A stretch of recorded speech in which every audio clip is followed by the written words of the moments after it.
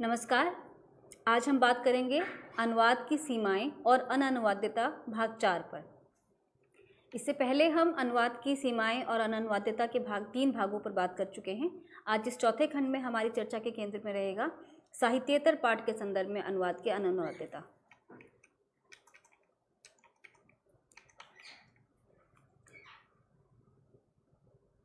हम इससे पहले वाले सत्र में हमने अनुवाद के संदर्भ में अनुवाद की पाठ की प्रकृति के स्तर पर अनुवाद के सीमाएं और अनअनुवाद्यता के आधार पर जब हमने पिछले सत्र में बात की थी तो साहित्यिक पाठ के स्तर पर अनुवाद की समस्याओं और अनट्रांसलेटेबिलिटी के मुद्दों पर बात की थी। आज हमारा ये सत्र साहित्येतर पाठ के संदर्भ के अनुवाद के संदर्भ में साहित्येतर पाठ के अनुवाद के समस्याओं और अनअनुवाद्यता के मुद्दों पर केंद्रित रहेगा। इस मॉड्यूल की प्रस्तुति का उद्देश्य है पाठ की प्रकृति के स्तर पर अनुवाद तथा अनअनुवाद्यता से क्या अभिप्राय है, इसके माध्यम से अब ये जान पाएंगे। साथ ही ये जान पाएंगे कि साहित्येतर पाठ के अनुवाद की सीमाएं क्या हैं, साहित्येतर पाठ के अंतर्गत कौन कौन से क्षेत्र आते हैं तथा उनके अनुवाद की समस्याएं क्या क्या हैं, और क्या साहित्येतर पाठ का अनुवाद संभव है अथवा नहीं।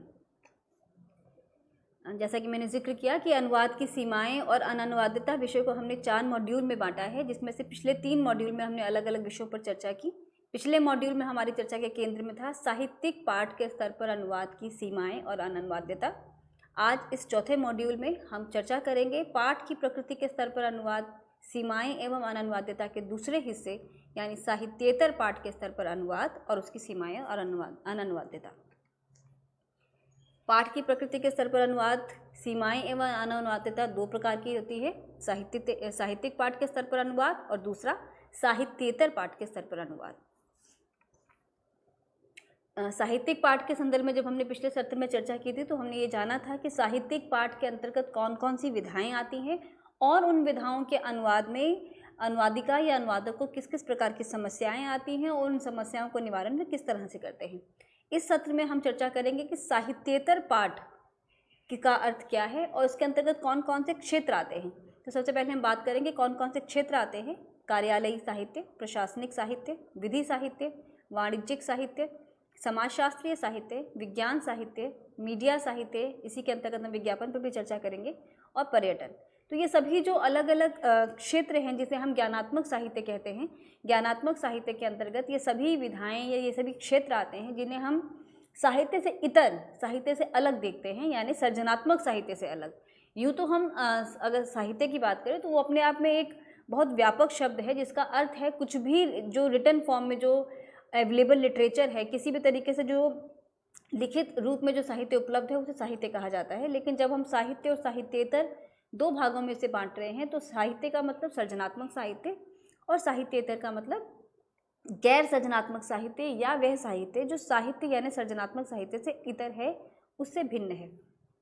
जिसे हम ज्ञानात्मक साहित्य भी कहते हैं। साहित्यिक पाठ और साहित्येतर पाठ में जो मूल अंतर है वह ये कि साहित्यिक पाठ के अनुवाद में अनुवादिका या अनुवादक से ये अपेक्षा की जाती है और उस पाठ की प्रकृति भी कुछ इस प्रकार की होती है कि उसके अंतर्गत हम भाषा की जो शब्द शक्तियाँ हैं उसके तीनों ही प्रकार यानी अभिधा, लक्षण और व्यंजना के खूबसूरती को या उसके कलात्मक कौशल को हम देखने का प्रयास करते हैं, और वो अगर ऐसा उसमें नहीं है तो वो एक साहित्य सर्जनात्मक साहित्य की दृष्टि से उत्कृष्ट साहित्य नहीं माना जाता। लेकिन जब हम साहित्येतर पाठ की बात करते हैं तो वही उसकी सबसे बड़ी सीमा हो जाती है। देखेंगे साहित्येतर सामग्री का अनुवाद साहित्यिक अथवा सर्जनात्मक साहित्य से अपेक्षाकृत भिन्न होता है। जैसा मैंने अभी कहा कि सर्जनात्मक साहित्य से साहित्येतर जो गैर सर्जनात्मक साहित्य है वो किस तरह भिन्न होता है। साहित्येतर सामग्री के अंतर्गत कार्यालय, विधि, वाणिज्य, विज्ञान, मीडिया आदि विभिन्न क्षेत्र आते हैं। वास्तव में सर्जनात्मक साहित्य के अनुवाद हेतु जो गुण अथवा विशिष्टताएं आवश्यक मानी जाती हैं वही गुण और विशिष्टताएं साहित्येतर अनुवाद में दोष बन जाती हैं। जी, इस बिंदु पर अगर हम थोड़ा और विस्तार से बात करें तो जब हमने कहा कि साहित्य की सबसे बड़ी खूबी यह होती है कि जितना उसमें लिखा गया है उसके अतिरिक्त भी उसमें बहुत सारे अर्थ छवियाँ हमें देखने को मिलती हैं, जिसे हम बिटवीन द लाइंस ढूंढने की कोशिश करते हैं, जिसे हम साहित्य की मौन और चुप्पियों में और अलग अलग तरीके से जो उसकी अभिव्यक्तियाँ हैं उस तरीके से उसको खोजने की कोशिश करते हैं और ये भी कोशिश करते हैं कि जितना उसमें कहा जा रहा है उसके अलावा भी उसमें कई सारी अर्थ छवियाँ, कई सारे अर्थ के आधार हो सकते हैं और जो विभिन्न वर्गों, विभिन्न समाजों, समुदायों के हिसाब से, उनके पाठ के हिसाब से बदलते चले जाते हैं। लेकिन साहित्येतर पाठ के संदर्भ में यही उसकी सबसे बड़ी खराबी बन जाती है या उसकी सीमा बन जाती है, क्योंकि उससे ये अपेक्षा है कि जितना यहाँ कहा जा रहा है उतना ही अर्थ पूरी तरह से स्पष्ट हो, बोधगम्य हो, उसमें कोई भी अर्थ का विचलन ना हो या अर्थ की बहुलता ना हो। तो ये साहित्यिक और साहित्येतर पाठ में जो सबसे पहला जिसको हम अंतर के रूप में रेखांकित करते हैं वह ये कि साहित्येतर पाठ से अपेक्षा ऐसे पाठ से है जिसमें दिए गए पाठ का वही अर्थ हो जो उस पाठ से स्पष्ट हो रहा है, यानी उसके अतिरिक्त उसमें किसी अर्थ छवि को ढूंढने का प्रयास ना किया जाए और ना ही उससे कोई नया अर्थ निकले। सृजनात्मक साहित्य के अंतर्गत अनुवाद मूल शब्द के स्थान पर अपनी भाषा में उपलब्ध पर्यायों में से किसी भी उपयुक्त शब्द के चयन में पूर्ण स्वतंत्र होते हैं। अनुवादक के पास यह छूट होती है कि वे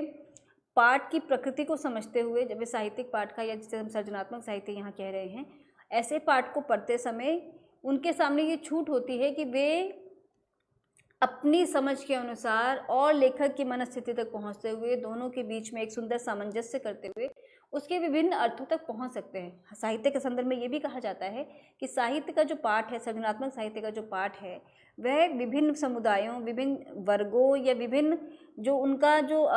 पाठक वर्ग है उसके मनस्थिति के हिसाब से या उनकी रीडिंग के हिसाब से, उनके पाठ के हिसाब से वह बदलता है। लेकिन साहित्येतर पाठ में ये छूट नहीं होती है। इसीलिए जब हम सृजनात्मक साहित्य के अनुवाद की बात करते हैं तो अनुवादक के सामने एक ऐसा शब्दकोश होता है उसकी सहायता के लिए जिसमें एक शब्द के कई सारे पर्याय उपलब्ध होते हैं, और जब वे अनुवाद करते हैं तो अनुवाद करते समय पाठ की प्रकृति, उसकी ज़रूरत के हिसाब से उन विभिन्न पर्यायों में से जो उचित या जिसको कहा जाए कि उस पाठ के अनुसार जो समतुल्य है उनका प्रयोग कर सकते हैं। लेकिन जब हम गैर सृजनात्मक साहित्य की बात करते हैं तो यहाँ अनुवादक के पास ना तो इतनी छूट होती है और ना ही इतनी संभावना होती है उस पाठ के अंतर्गत कि उसमें विभिन्न अर्थ छवियाँ दिखाई दें। साहित्येतर सामग्री की मानक शब्दावली तो मिलती है, किंतु अनेक शब्द उसमें ऐसे हैं जिनके कई पर्याय दिए गए हैं। हम जब आगे बात करेंगे तो हम कोशिश करेंगे कुछ एक दो ऐसे उदाहरण दें जिसके माध्यम से स्पष्ट हो सके कि किस प्रकार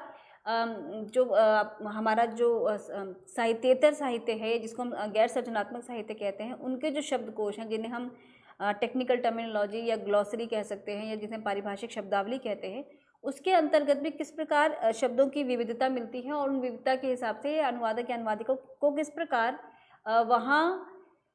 केवल अनुमान के आधार पर नहीं बल्कि सटीक जानकारी के हिसाब से उनका सही प्रयोग करना अपेक्षित होता है। अनुवादक पाठ के अनुसार एक ही मूल शब्द के लिए भिन्न भिन्न पर्यायों का प्रयोग करते हैं और ये निर्भर करता है कि किस प्रकार का पाठ है और किस प्रकार के पाठ में किस प्रकार के शब्द का प्रयोग होगा। जैसे अगर मैं एक उदाहरण अगर दूं तो जनरल शब्द है उसके कई सारे पर्याय हमें देखने को मिलते हैं, जैसे सामान्य, आम, सार्वजनिक, मुख्य, प्रधान, महा, जनरल आदि।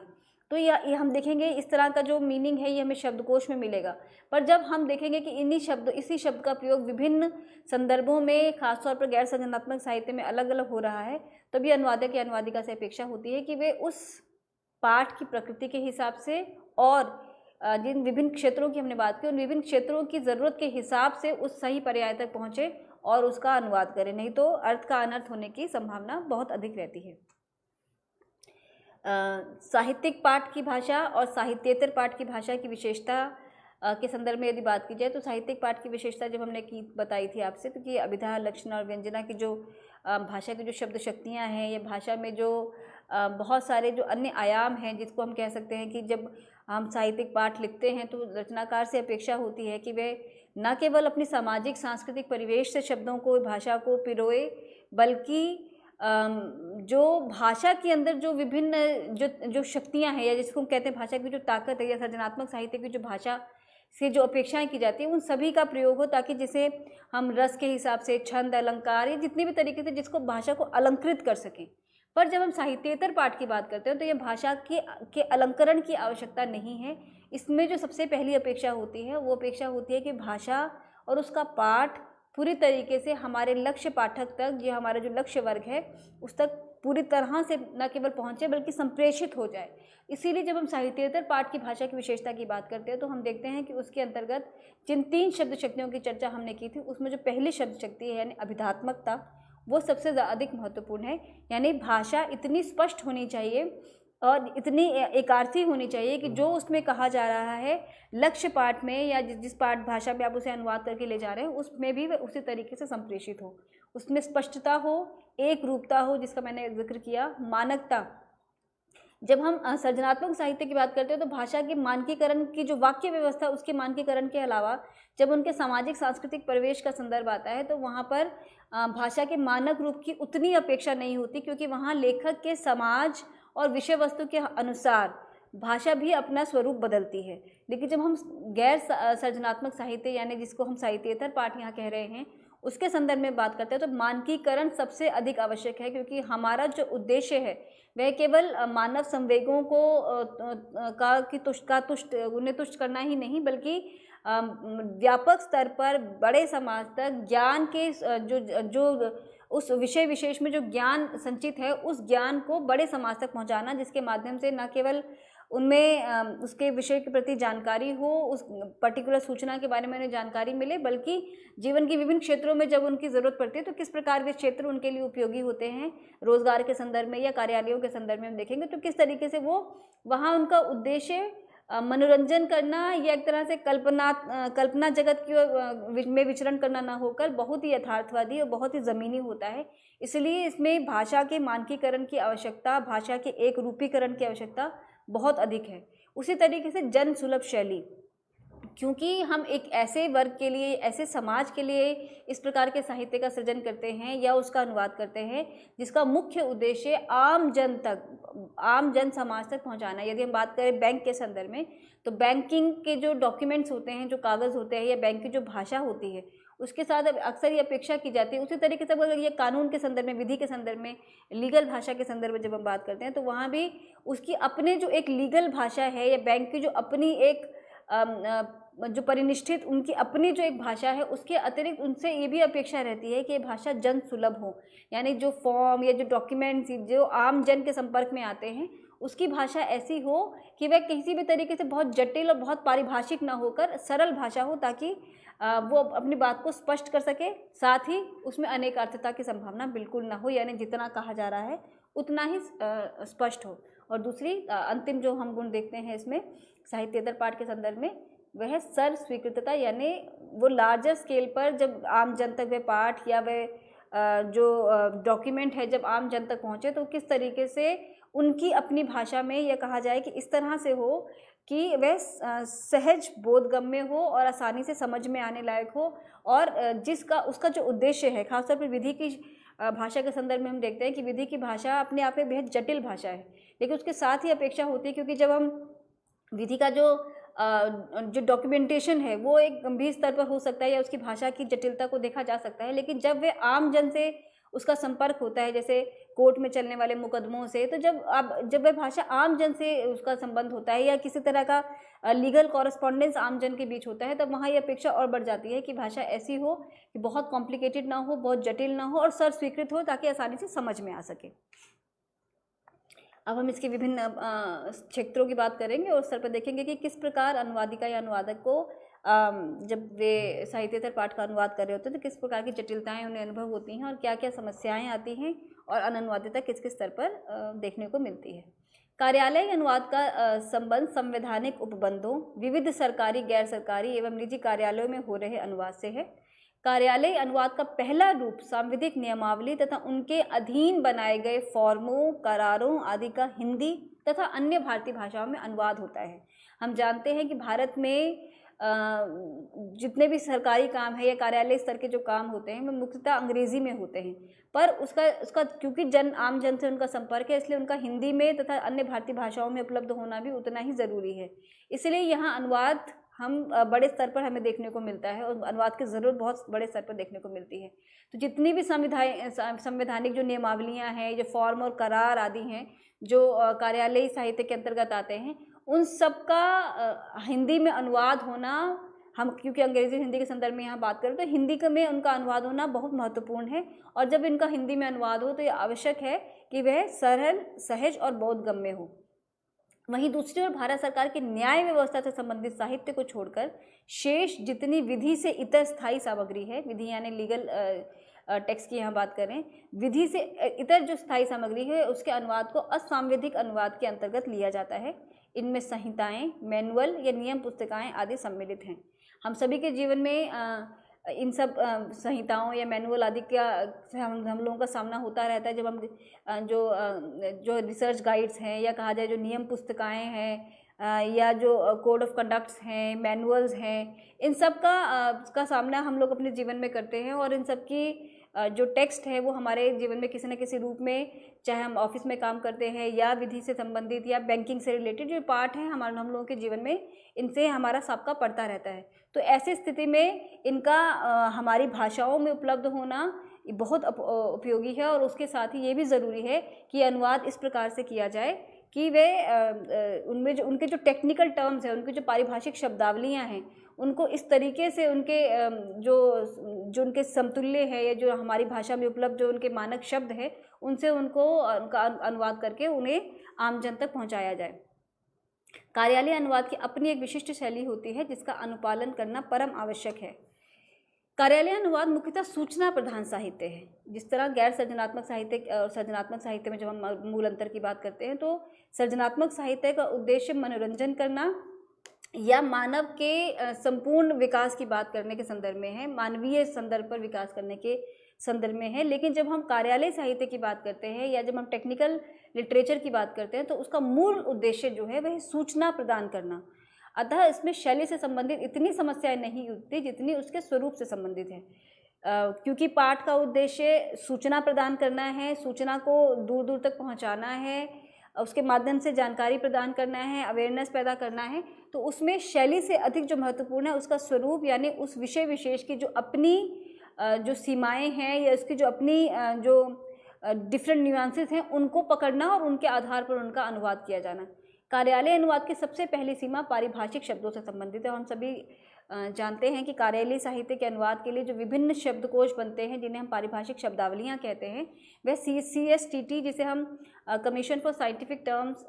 साइंटिफिक एंड टेक्नोलॉजिकल टर्म्स कहते हैं, उसमें इन सभी विषयों की शब्दावलियों का निर्माण होता है, जिन्हें हम पारिभाषिक शब्दावलियां कहते हैं। और उन्हीं पारिभाषिक शब्दावलियों को आधार बनाकर ही अनुवादिका या अनुवादक से अपेक्षा की जाती है कि वे उसका अनुवाद करें। कई बार हम देखते हैं कि कोई शब्द पढ़ने पर हमें लगता है कि इसका अर्थ हमें मालूम है। जैसे हम देख रहे हैं रिसीप्ट शब्द के लिए यहाँ 2 शब्द हैं, रसीद और आवती। उसी तरह सिविल शब्द हम देखते हैं कि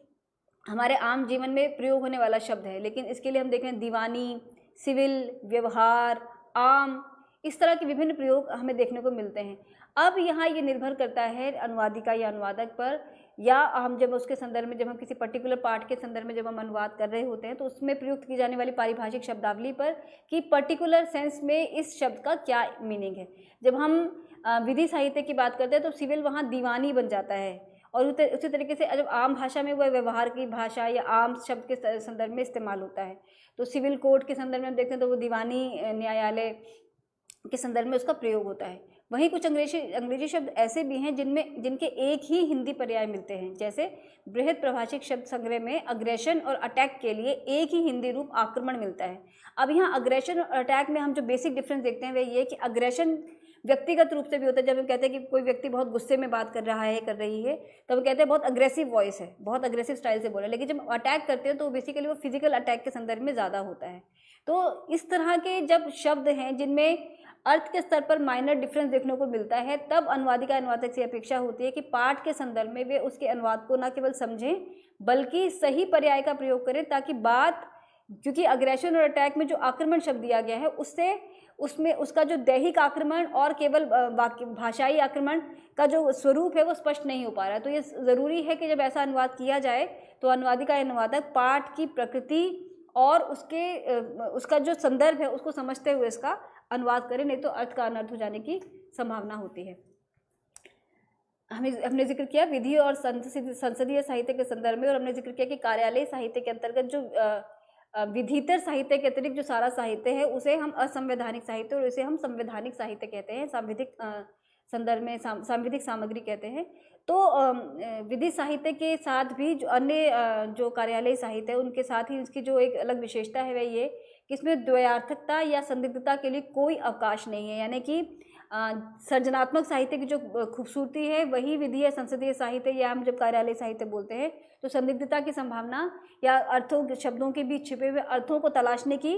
यहाँ कोई संभावना नहीं होती है या कोई स्पेस नहीं होती है। विधि और सामयिक साहित्य तथा संसदीय साहित्य की अपनी विशिष्ट पारिभाषिक शब्दावली होने से इसमें प्रामाणिकता मानकता के साथ साथ विधि और न्यायालय की संकल्पना को भी बनाए रखना आवश्यक है।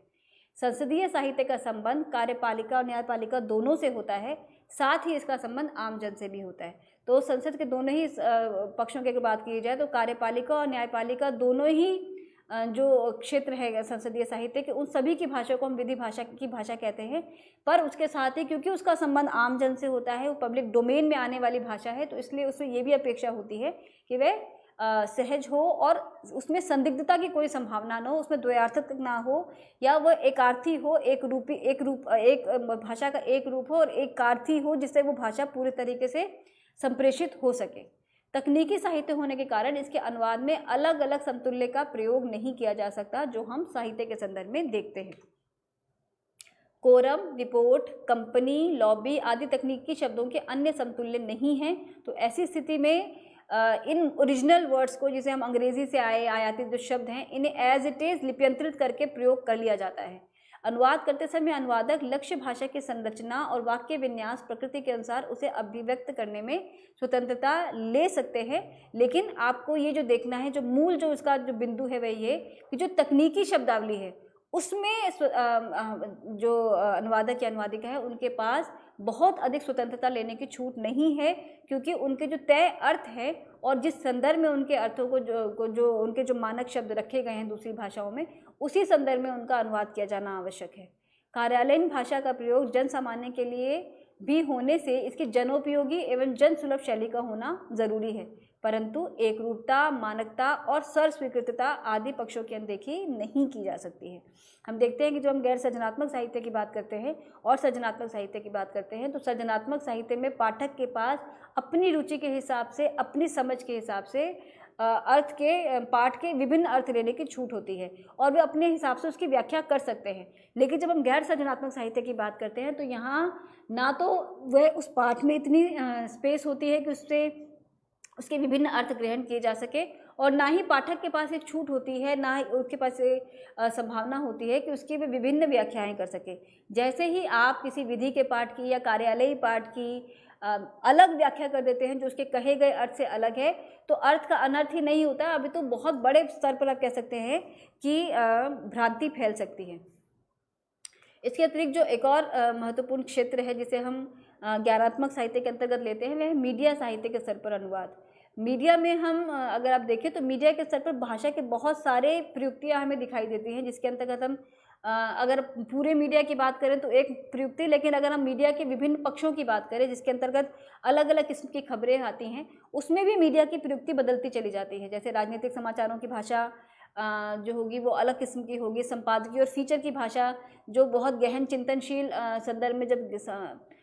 लिखा जाता है और उसके अंतर्गत किसी एक मुद्दे पर गहन चिंतन किया जाता है या उस पर कह सकते हैं कि मंथन किया जाता है, तो वहाँ भाषा एक अलग स्तर पर चली जाती है। उसी तरह खेल समाचारों की भाषा में खेलों के जो अपने पारिभाषिक शब्द हैं उनके अपने तय जो अर्थ है उसी हिसाब से हम अनुवाद के संदर्भ में से देखते हैं। बाज़ार की भाषा जो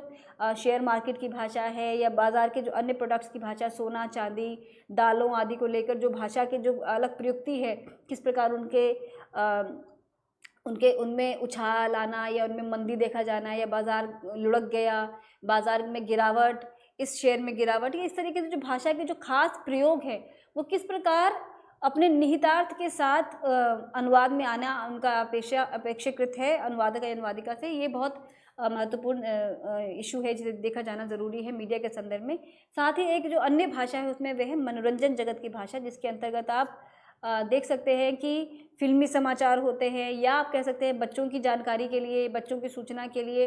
ये बच्चों की कहानियाँ या कार्टून आदि जो मीडिया के अंतर्गत हम देखने को मिलते हैं, तो जो मनोरंजन की भाषा, और उसके अंतर्गत एक और विज्ञापन की भाषा जिस पर हम पहले भी चर्चा कर चुके हैं, साथ ही ज्ञान विज्ञान की भाषा। तो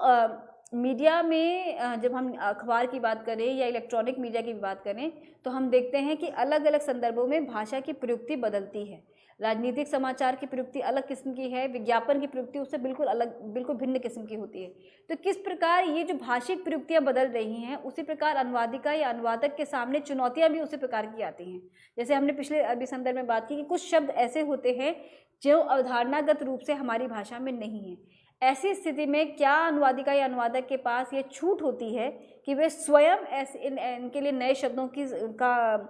का सर्जन करें, या उन्हें इस प्रकार के आदेश दिए जाएं कि क्या पारिभाषिक शब्दावलियाँ जो विभिन्न क्षेत्रों के लिए जो उपलब्ध है उन्हीं का सहारा लें, या फिर वे मूल शब्दों को ही लिप्यंतरित करके उनका प्रयोग कर सकें। तो इस प्रकार देखते हैं कि अनुवादिका अनुवादक को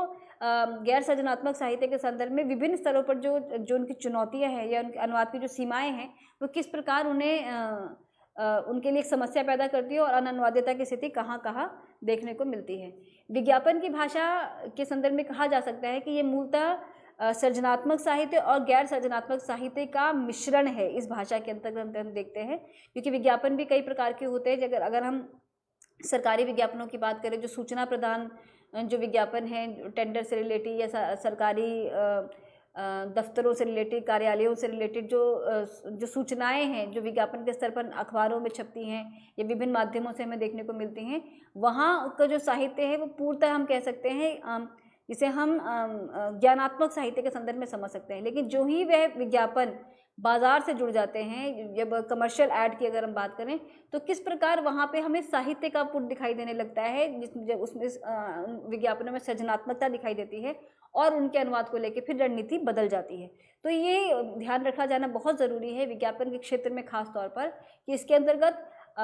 विज्ञापन के दोनों ही प्रकार देखने को मिलते हैं, जिसके अंदर एक का उद्देश्य सूचना प्रदान करना है और दूसरे का उद्देश्य बाजार के साथ जुड़ना, या न केवल सूचना प्रदान करना बल्कि अपने उपभोक्ता को आकर्षित करना और उसे उसके माध्यम से उत्पाद को बाजार में बेचना या उसकी मांग को बढ़ाना। तो हम देखते हैं कि इसमें दोनों ही तरह के शिल्प, अनुवाद की जो दोनों शैलियाँ हैं, वो दोनों ही अनुवादक या अनुवादिका को अप्लाई करना पड़ता है पाठ की ज़रूरत के हिसाब से। कुछ उदाहरण हम देखेंगे। ये विज्ञापनों की पंक्तियां हैं जिसे हम जिंगल्स भी कह सकते हैं। रेस अगेंस्ट टाइम, दूसरा है लिव लाइफ किंग साइज, अ मोर कार पर कार। तो हम देखते हैं रेस अगेंस्ट टाइम, समय के साथ होड़, लिव लाइफ किंग साइज, जिंदगी जिए शान से, एंड अ मोर कार पर कार। कितना इसका अनुवाद से अलग हो जाता है, एक कार जिसमें समाये आपका संसार। तो इसमें जो सबसे बड़ी खूबसूरती देखने को मिलती है, जो इसकी भाषा की जो विशेषता है, वह ये कि इसके अंतर्गत जिस संदर्भ में और जिस स्टाइल में, जिस शैली में, एक कह सकता है कि अधूरे वाक्य में जिस तरीके से मूल वाक्य है या मूल पाठ है, उसी तरीके से अनुवाद करने का भी प्रयास किया गया, ताकि इसका प्रभाव भी पाठक पर या दर्शक पर वैसा ही हो जैसा कि मूल का प्रभाव देखने को मिलता है। वैज्ञानिक और तकनीकी साहित्य के स्तर पर अनुवाद का जिक्र करें तो विज्ञान से अभिप्राय विशेष ज्ञान से है, अर्थात सत्य का अन्वेषण। हम जानते हैं वैज्ञानिक साहित्य, तकनीकी साहित्य या इस प्रकार के जो भी ज्ञानात्मक साहित्य है, वह सब सूचना प्रधान साहित्य है। इसके विभिन्न प्रकार की प्रयुक्तियाँ अथवा उप प्रयुक्तियाँ सम्मिलित होती हैं। ज्ञान की पुष्टि हेतु प्रयुक्त होने वाले तथ्यपरक संदर्भ भाषा अपनी पारिभाषिक शब्दावली होने से ये ज्ञान अभिधात्मक है और शाखा विशेष यानी भौतिकी, रासायनिकी, वाणिज्यिकी, जैविकी, वैज्ञानिकी, अभियांत्रिकी, प्रौद्योगिकी आदि किसी एक विषय से संबंधित होने से वर्णनात्मक है। तो जो मूल इसका जो कथ्य है वह ये कि इसके अनुवाद में केवल स्रोत भाषा के लक्ष्य भाषा से का ही ज्ञान होना पर्याप्त नहीं, बल्कि जिस खास विषय का आप अनुवाद कर रहे हैं उस विषय की जानकारी होना भी अनिवार्य है। यदि आपके पास उसकी सही जानकारी नहीं है या उसके बारे में, उसके शब्दों के बारे में आप सही जानकारी नहीं रखते हैं, उनकी प्रयुक्तियों को लेकर या उनके जो अवधारणाएं हैं उसको लेकर यदि आप स्पष्ट नहीं हैं, तो अनुवाद में गलतियां हो सकती है। और हम देखते हैं विज्ञान के साहित्य में अक्सर सिनोनिम्स का इस्तेमाल होता है, या हम जिसे कहते हैं एब्रीविएशंस का इस्तेमाल होता है, या जिसको हम संक्षिप्ताक्षर कहते हैं, उनका प्रयोग होता है। तो उन संक्षिप्ताक्षरों का जो अर्थ है, यदि आपको वह स्पष्ट नहीं है तो अनुवाद सही नहीं हो सकता। संकल्पनात्मक एवं व्यवहारपरक प्रश्नों के उत्तर की अपूर्ण जानकारी के अभाव में अनुवाद बोझिल, कृत्रिम और भ्रामक हो सकता है। इसके साथ ही आरेख और समीकरण, हम देखते हैं विज्ञान या तकनीकी के जो विषय हैं वह मूलतः उसमें तथ्य से ज़्यादा उसमें डायग्राम्स के माध्यम से या चार्ट के माध्यम से या पिक्चर्स के माध्यम से बात को स्पष्ट किया जाता है। तो यदि अनुवादिका या अनुवादक को उस विषय की सामग्री का सही ज्ञान नहीं है, साथ ही उसकी जो वे ऑफ प्रेजेंटेशन है, जो उसके अनुवाद जो उसके पाठ को प्रस्तुत करने की जो शैली है, जो उसकी विधा है, यदि उसके बारे में उन्हें सही जानकारी नहीं है तो अनुवाद सिर्फ अनुवाद होगा, जिसे हम भाषांतरण कह सकते हैं, लेकिन जो पाठ जिसे हम रचयिता की भूमिका कहते हैं अनुवाद की प्रक्रिया के अंतर्गत, वह स्पष्ट नहीं होगी, पाठ संप्रेषित नहीं हो पाएगा। उसी तरह बैंकिंग की भाषा के संदर्भ में देखें तो बैंकिंग की भाषा में जो प्रयुक्त होने वाली पारिभाषिक शब्दावली है वह बिल्कुल उसके लिए भी अपनी एक तय पारिभाषिक शब्दावली है, जिसका निर्माण CSTT द्वारा तैयार प्रशासनिक शब्दावली तथा भारतीय रिजर्व बैंक द्वारा भी एक निर्मित बैंकिंग शब्दावली के माध्यम से उनका अनुवाद किया जाता है। और ये अपेक्षा की जाती है अनुवादिका अनुवादक से, जब वे बैंकिंग साहित्य का अनुवाद करें तो उन्हें न केवल इन विभिन्न पारिभाषिक शब्दावलियों की जानकारी हो, उस विषय की जानकारी हो, साथ ही उन्हें यह मालूम हो कि जो भाषा की जो उसकी शैली है वो किस प्रकार की है और उसमें प्रयुक्त होने वाले जो संक्षिप्ताक्षर हैं उनके अर्थ क्या हैं। तो हम देखते हैं कि जैसे AC मतलब अकाउंट, CC मतलब cash credit, MF mutual fund, demand draft और वैल्यू एडेड टैक्स। तो हम अक्सर मैंने जिस तरह से व्यापक इसका जो अर्थ बोला, जैसे CC के लिए हम कैश क्रेडिट या म्यूचुअल फंड या डिमांड ड्राफ्ट, अक्सर हम इनका प्रयोग देखते हैं DD के रूप में, वैट के रूप में या AC के रूप में। यदि अनुवादिका अनुवादक होने के नाते मेरे पास या किसी अनुवादक के पास उसकी सही जानकारी नहीं है, उसकी प्रयुक्तियों के बारे में सही समझ नहीं है और इनके संक्षिप्ताक्षरों के बारे में उन्हें सही सूचना नहीं है, तो वह अनुवाद अधूरा अनुवाद होगा, बल्कि कहा जाए कि वह संप्रेषित ही नहीं हो पाएगा। उसी तरीके से पर्यटन के क्षेत्र में भी हम इस विविधता को देखते हैं कि पर्यटन स्थलों के नामों के आधार पर, व्यंजनों के नाम पर, या कहे कि पर्यटन में अब जो नए जो उसके अंदर आमोद प्रमोद के जो नए साधन जो ऐड होते चले जा रहे हैं, अगर आप जाएंगे विभिन्न पर्यटन स्थलों पर, वहाँ पर उनकी कहा जा सकता है कि उस परिवेश के हिसाब से या भौगोलिक परिस्थिति के हिसाब से जो गेम्स या बहुत सारी जो चीज़ें समय के साथ साथ इंट्रोड्यूस हुई हैं, यदि उसके बारे में अनुवादिका या अनुवादक को सही समझ नहीं है तो वे न केवल उनका, अब जैसे ये शब्द है स्की जंपिंग है, स्कूबा ड्राइविंग है, स्पा, राफ्टिंग, बंजी जंपिंग, तो कई बार हमारे पास इनके अनुवाद ही उपलब्ध नहीं है, क्योंकि ये अवधारणाएं भारतीय अवधारणाएं उस संदर्भ में नहीं है। तब ऐसे संदर्भ में, ऐसी स्थिति में अनुवादक या अनुवादिका उसका लिप्यंतरण करके उनका प्रयोग कर सकते हैं और उसका अनुवाद कर सकते हैं। तो इस संदर्भ में इस सारे विषयों के बारे में जानकारी होना बहुत आवश्यक है। उसी तरीके से अगर हम किसी ऐतिहासिक स्थल पर जाते हैं या उसके बारे में, जो ऐतिहासिक स्थल है हमारे, उसके बारे में यदि हमें सही जानकारी नहीं है, उस ऐतिहासिक पाठ के विषय में अगर सही इन्फॉर्मेशन अनुवादिका अनुवादक के पास नहीं है, तो वह अनुवाद अनुवादिता की स्थिति के साथ साथ समस्यागत रूप से भी एक बड़ी चुनौती होगा और उसमें बात पूरी तरह ना तो उसकी संकल्पना स्पष्ट हो पाएगी और ना ही उसकी जो अवधारणा है या पाठ का जो उसका जो निहितार्थ है वह स्पष्ट हो पाएगा। क्योंकि मूलतः हम पर्यटन की बात करें तो वह एक समाजशास्त्रीय क्षेत्र है, जिसके अंतर्गत हम कह सकते हैं बहुत इंटरडिसिप्लिनरी हो जाता है, क्योंकि इसके अंतर्गत बहुत सारे अलग अलग आयाम जुड़ जाते हैं। तो जब अनुवाद किया जाता है तो ये अपेक्षा की जाती है कि इन सभी स्तरों की भी जानकारी हो, जिस विषय विशेष का अनुवाद किया जा रहा है पर्यटन के अंतर्गत उसकी भी जानकारी हो। जब व्यंजनों के संदर्भ में है तो उनके बारे में भी उनके पास सही इन्फॉर्मेशन होनी चाहिए। साहित्येतर पाठ के अंतर्गत जो अन्य विषय है उसमें वाणिज्यिक साहित्य है, कंप्यूटर संबंधी साहित्य है, चिकित्सा संबंधी साहित्य है, मनोरंजन जगत का साहित्य है। तो ये सारे जो विभिन्न विधाएं हैं, ये सभी ज्ञानात्मक साहित्य की विभिन्न विधाएं हैं या विभिन्न क्षेत्र हैं और इन सब की अपनी पारिभाषिक निश्चित शब्दावली है, जिसके माध्यम से ही इनका अनुवाद किया जाता है। और हम क्योंकि जानते हैं कि समय के साथ साथ जिस तरह हम विकास कर रहे हैं और हमारे जीवन में ज्ञान विज्ञान के नए क्षेत्र आए दिन जुड़ते चले जा रहे हैं। अब जैसे जैसे ज्ञान के नए क्षेत्र जुड़ते चले जाते हैं, उसके साथ नई शब्दावली का भी एक तरह से कह सकते हैं कि हमारी भाषा में प्रवेश होता है। या तो उनका अनुवाद करवाया जाए, जैसे कि CSTT जैसे जो संस्था है वो उसका अनुवाद करवाती है या उनके पारिभाषिक शब्दों का निर्माण करवाती है, या फिर हम जो मैक्सिमम जो पॉसिबल है उस तकनीक से इसका अनुवाद करें। हम देख सकते हैं कि चिकित्सा के क्षेत्र में भी आए दिन जैसे जैसे कोई नई बीमारी आती है, उस नई बीमारी के साथ उससे जुड़े कई नए शब्द भी आ जाते हैं। और क्योंकि वो बीमारी या कहा जाए कि वो संकल्पना शब्दावली निर्माण से पहले प्रचलित होती चली जाती है, तो ऐसी स्थिति में कई बार उनके अनुवाद हमें उपलब्ध नहीं हो पाते और उनके जो मूल शब्द हैं वो हम उनका इस्तेमाल करने लगते हैं। तो इस तरह हमने देखा कि साहित्येतर क्षेत्र में जो विभिन्न क्षेत्र हैं उनके अपनी एक खास विशेषता है। विज्ञानात्मक साहित्य है, सूचना प्रधान साहित्य है और उसकी अपनी एक नियत पारिभाषिक शब्दावली है जिसके माध्यम से उनका अनुवाद किया जाना अपेक्षित है, अनिवार्य है। और उसके साथ ही इसकी जो भाषा है, उसकी जो विशिष्टता है वह सबसे महत्वपूर्ण है कि वह अभिधात्मक हो, एकार्थी हो, द्वयात्मक न हो, उसके अंदर संकल्पनागत स्पष्टता हो, एक रूपता हो, मानक भाषा का प्रयोग किया जाए और कहीं भी संदिग्ध ना हो, कहीं भी इसका जो पाठ है उसकी जो अवधारणाएं हैं वो अनुवाद की प्रक्रिया के अंदर कहीं अधूरी या अछूती ना रह जाए। तो इस संदर्भ में हम देखते हैं कि ज्ञानात्मक साहित्य की जो चुनौतियां हैं अनुवाद की, वे कई बार काफ़ी जटिल हो जाती है विधा के साथ, उसके क्षेत्र के साथ, और अनुवादिका या अनुवादक से अपेक्षा और अधिक बढ़ जाती हैं। धन्यवाद, नमस्कार।